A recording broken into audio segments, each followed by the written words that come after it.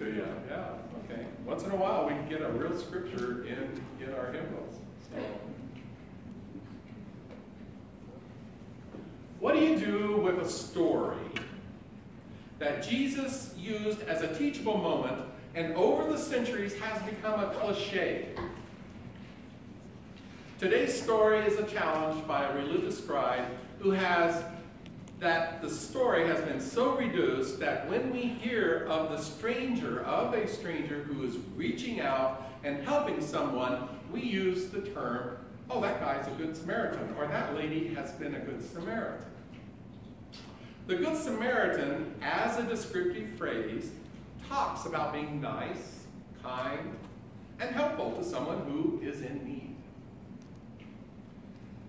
I find it a bit providential that today, without any forethought of today's scripture that talks about the man who is deeply wounded and left for dead alongside the road, that we're actually hosting a workshop on Stop the Bleed.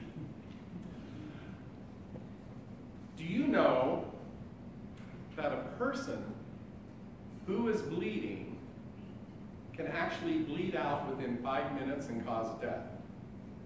So I really do encourage you to take this hour after worship and attend the workshop that is being presented to you. Who knows? It might help you save somebody's life.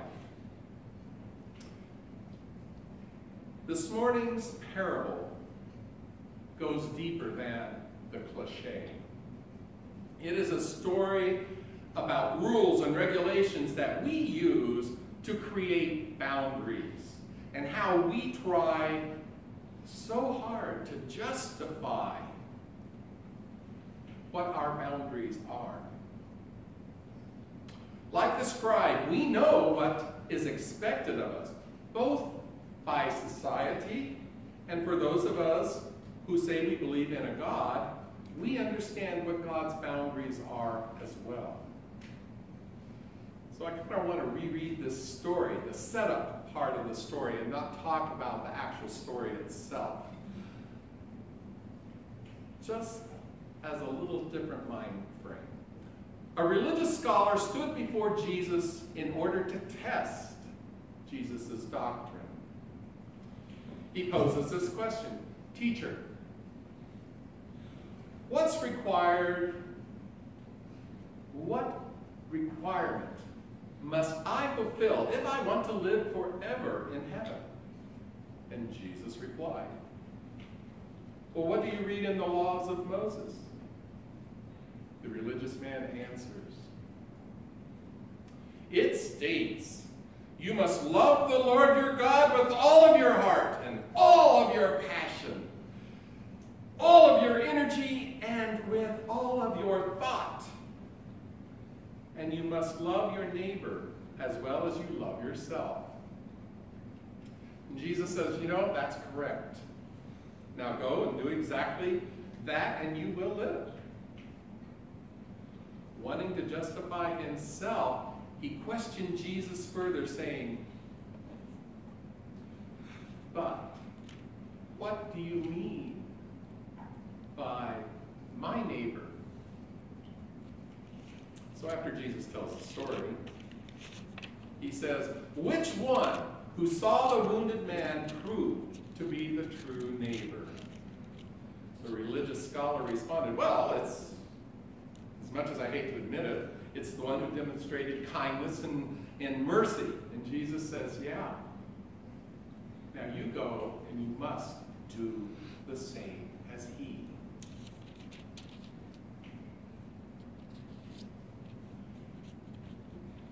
When we ask the question, who is my neighbor? Are we asking it in a way to expand our understanding, expand our compassion, or are we asking, like the scribe, as a way to justify the rigidity, our unwillingness to become connected with others? You see, the funny thing is,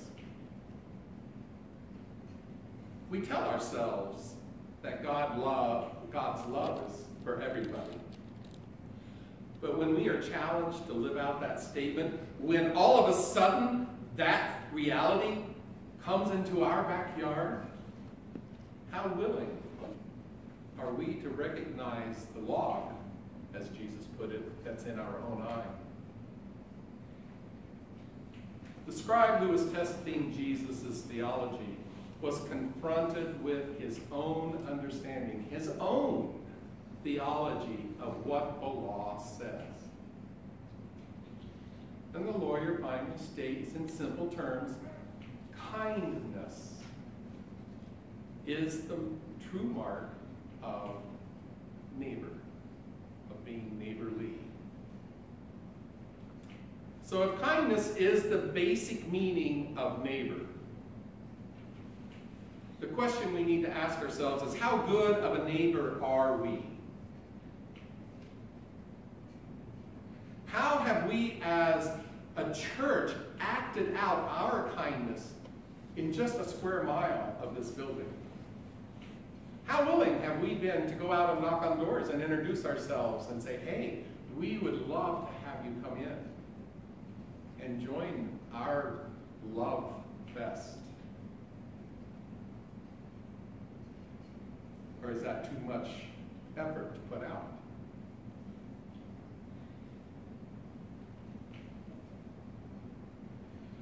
How kind are we as a nation to people who enter into our country without proper documentation? When we separate children from their parents, or like this weekend, arresting whole families instead of just people who are identified as being criminals that are undocumented.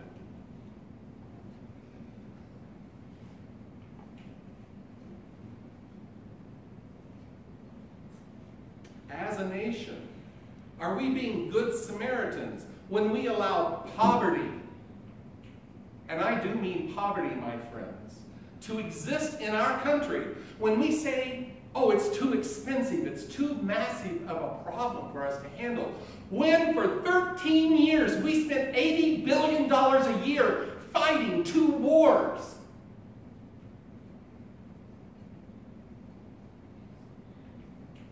What kind of Samaritans are we? The Reverend Ann Butler, senior pastor at Riverside Church in New York City, shared a story at the 32nd annual conference as she was visiting St. Paul's Cathedral in London. And she says that she, as now the pastor of what the old American Baptists used to say of Riverside Church, the only Baptist cathedral in the country, somewhere, I don't know when the UCC became a part of that congregation, but it's now American Baptist UCC, Riverside Church.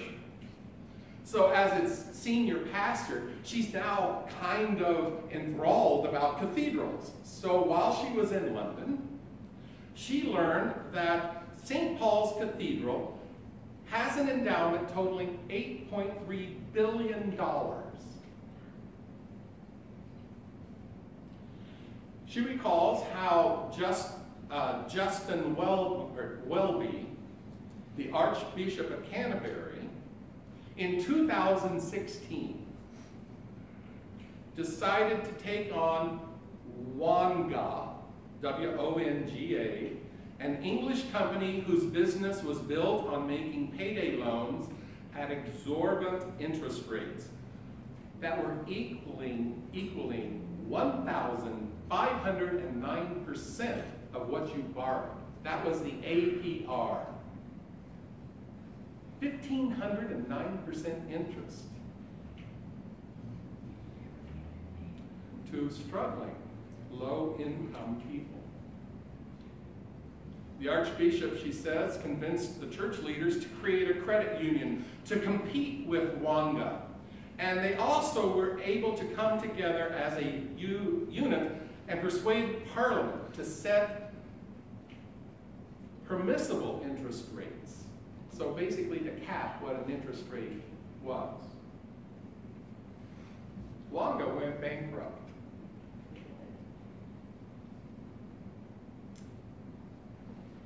And then she says a reporter suggested to the Church of England that maybe they should take over Wanga's loan books and wipe away the customer's debt.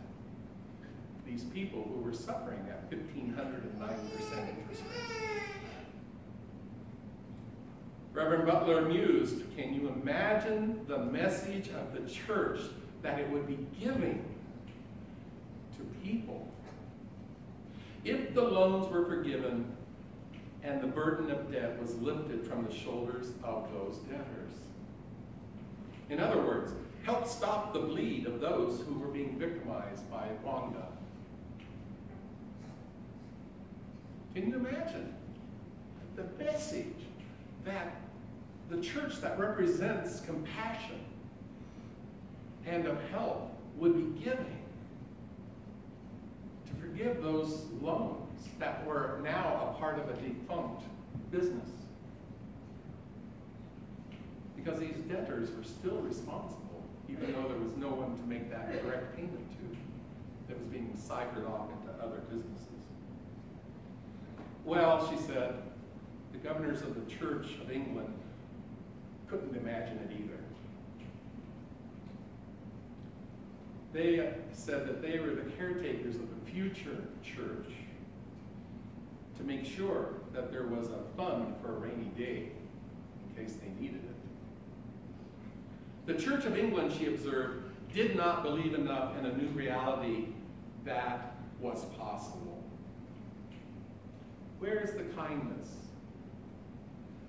in this example by the church to stop the bleeding of those in the cycle of poverty?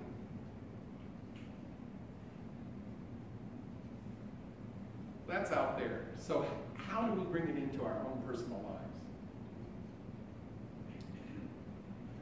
Who would the Samaritan be in your world? The story that Jesus was telling is about as offensive as he could get to those early listeners. The scribe of the law was looking for justification for his boundaries, who he could exclude being kind toward. The man who was beaten up and robbed and left for dead was a part of the Hebrew culture and faith. He was a part of the system. The attack took place in the region that was Jewish.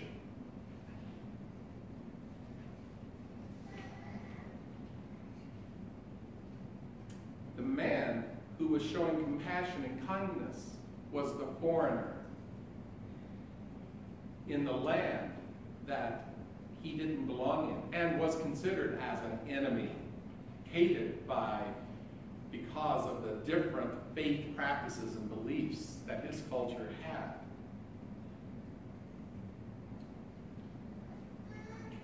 The best way to make this parable a part of your life is to put yourself in the position of the person who was beat up and laying for dead in the ditch.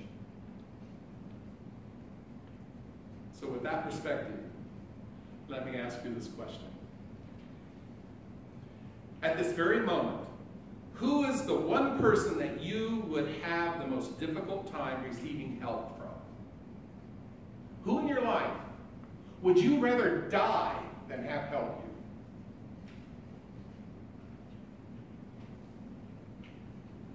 you? That, my brothers and sisters, is the Samaritan in your life. That person that you most hate to have